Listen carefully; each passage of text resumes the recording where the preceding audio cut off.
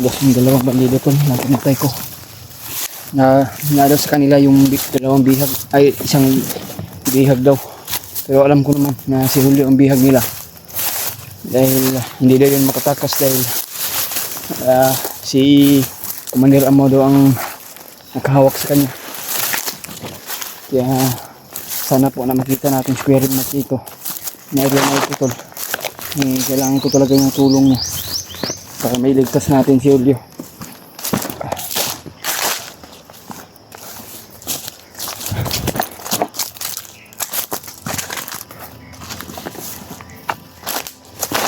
Nakaanang ko ito sa article.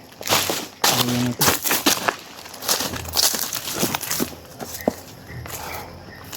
May mga kasagingan.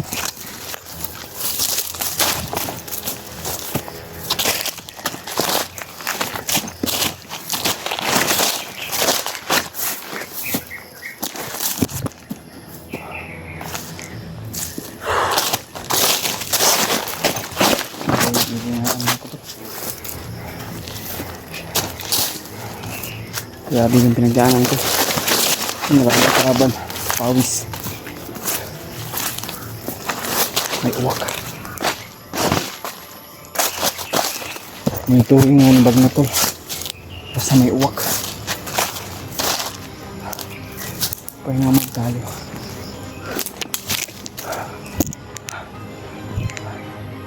Kailangan natin pahinga muna.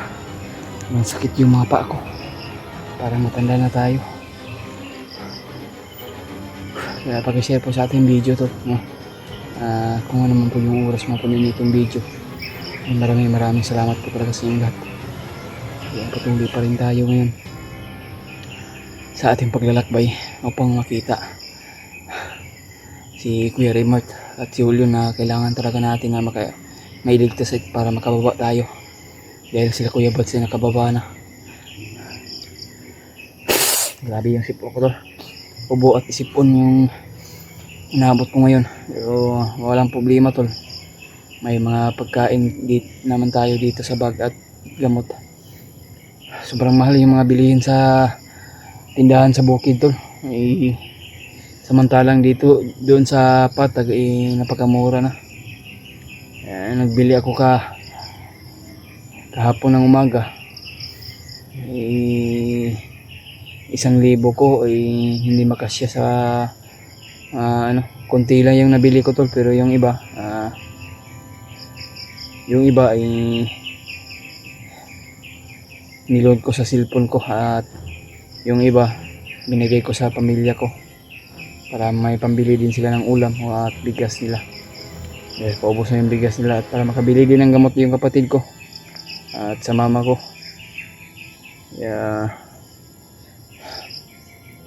Maraming salamat sa inyong lahat tol sa nag-abot blessing sa atin upang tulungan tayo maka-upload o makakain. Alam nyo naman po tol, nahihirapan din tayo sa sitwasyon natin. Kaya kung hindi lang nabibiyang si Julio tol, noon pa kami nakababa na.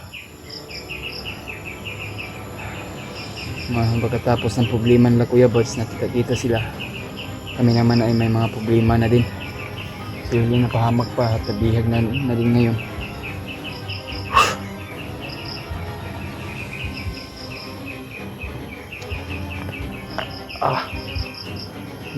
Sobrang layo ko nang narating, pero parang natandaan ko itong area na ito.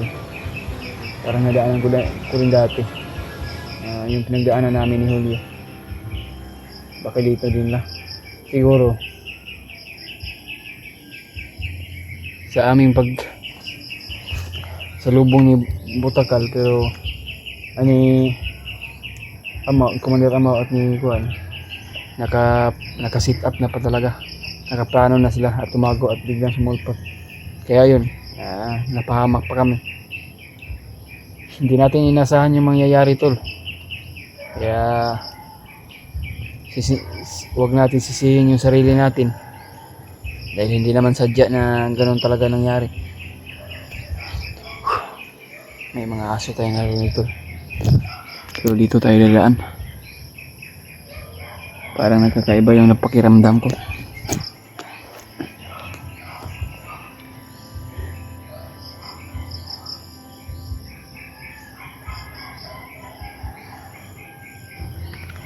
Pahinga muna tayo kunti. Sobrang sakit yung katawan ko. Ilang bundok yung nalakbay ko tol. Sobrang taas. Pag ganun ba? Pababa, papataas naman. Parang ganun ba? Nakakasakit sa katawan.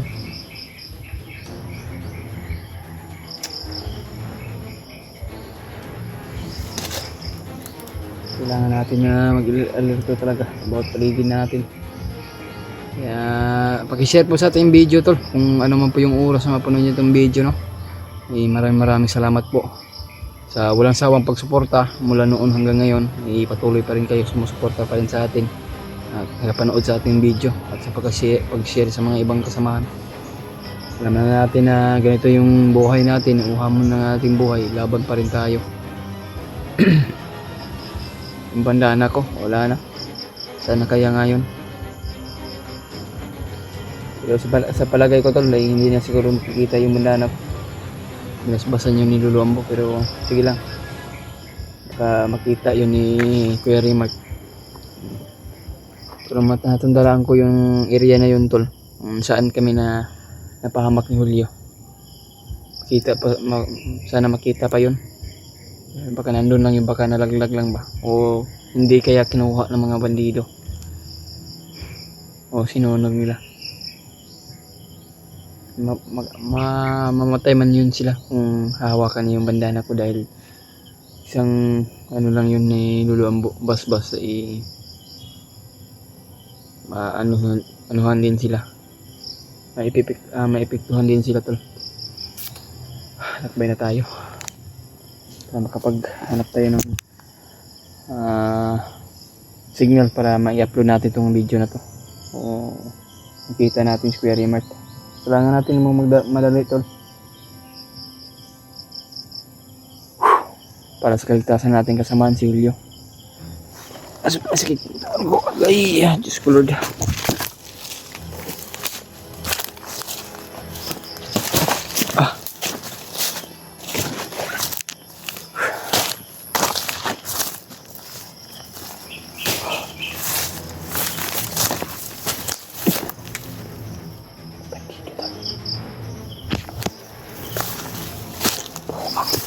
Kumantay na.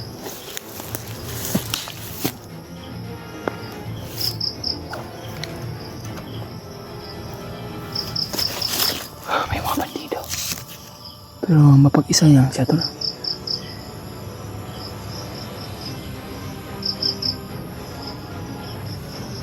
Mapag-isa siya ngayon.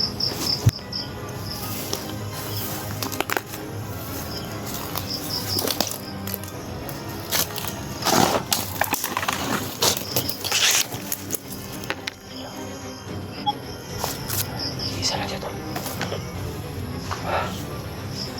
Hindi kaya walang kasama nito.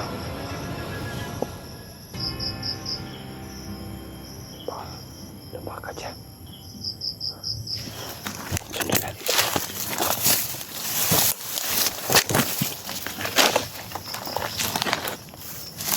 Kinain na.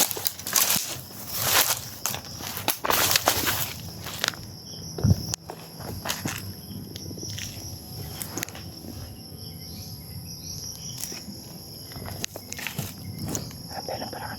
Basta kayo itong video.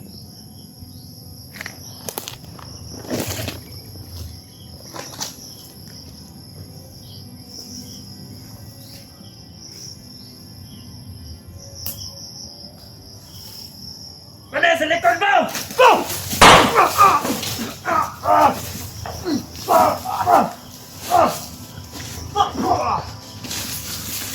Tigas ka? Ano? Ayun ka! Ayun ka!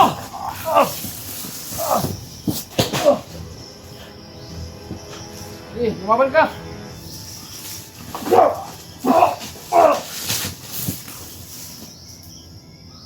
Matay.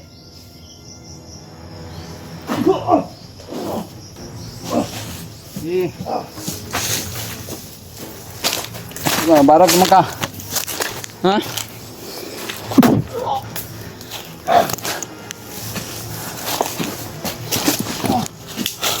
Da. Matigas ka.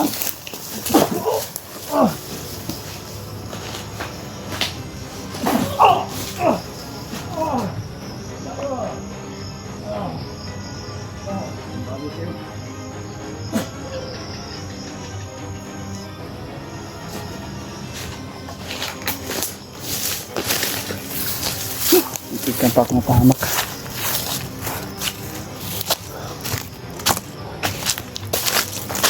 Diyos ko tol. Buti na lang. Nailagan ko yung orasyon niya.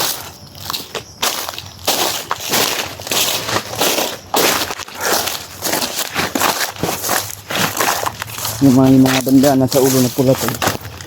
May matitigas lang yan. Mga papatayin sila.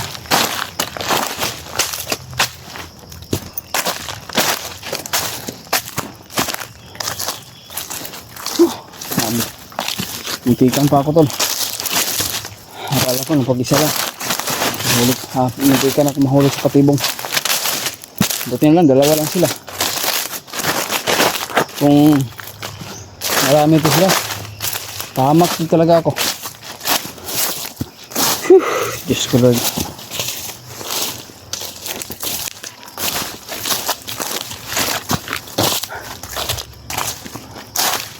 Tama yung hinada ko.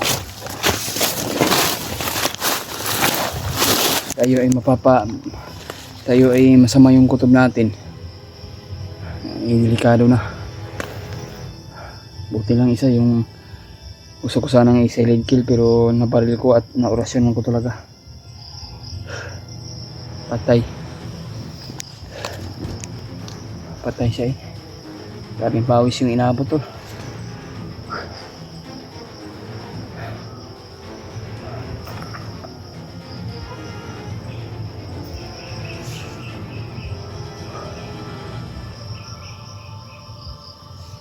Ay, Diyos ko Lord.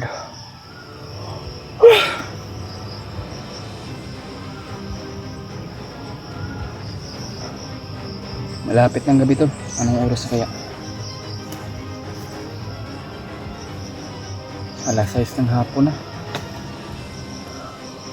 Malapit ng magabi.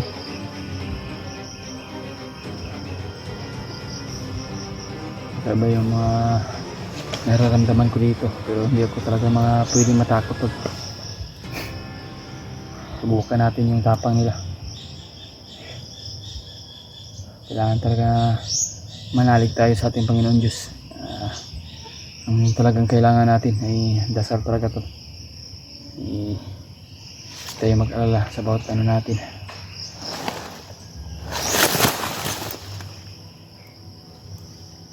Kala ko Square Mart. Wala pala. Gulat naman ako. Parang may kumilos sa unahan pa, parang may mga apak na narinig ko. Laglag pala ng ano. May laglag pala ng mga punong kahoy.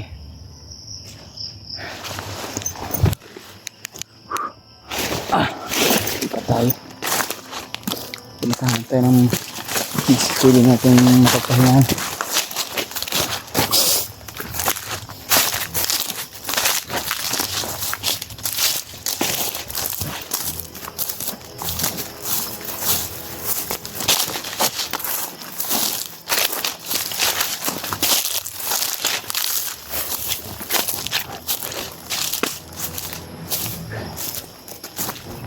Ang pagkahawan dito. Para may-ari ng lupa nito, sino kaya? Bago lang ba?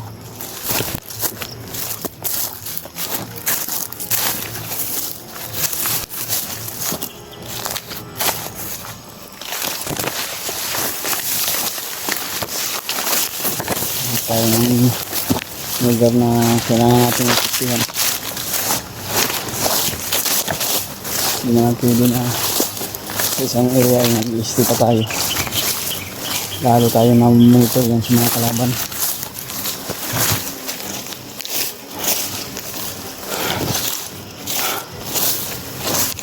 Ah.